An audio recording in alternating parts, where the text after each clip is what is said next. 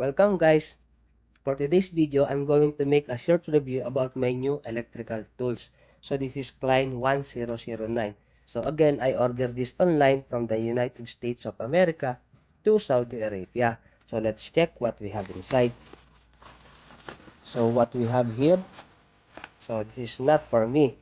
This is for my friend. So we are doing sharing for our shipping so that we can save some money, although it's not quite very big amount for the shipping. So this is what I have.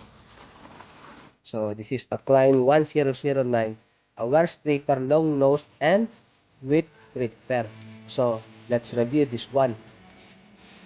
So let's start opening this one. Our new Klein 1009 wear straighter with printer.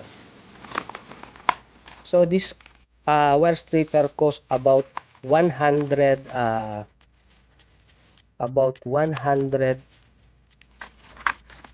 reals, including the shipping and the delivery. So this is a nice one. So let's open this one. So this is what we have. This is the Klein 1009 wear straighter with repair.